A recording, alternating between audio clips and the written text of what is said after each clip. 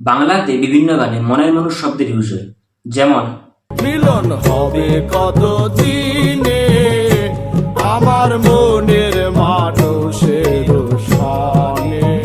তো এই মনের মানুষের মানেটা কি? মনের মানুষ মানে হলো যে মনে বাস করে।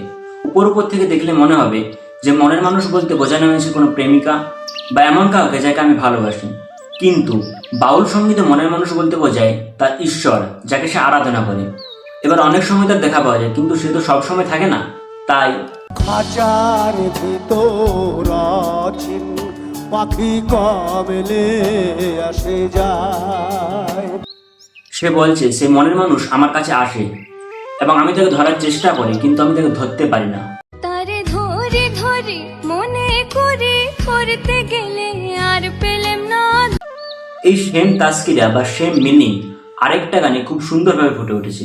ধরতে পারলে মন বেরি দিতাম পাখির পায় কমলে আসে যায়।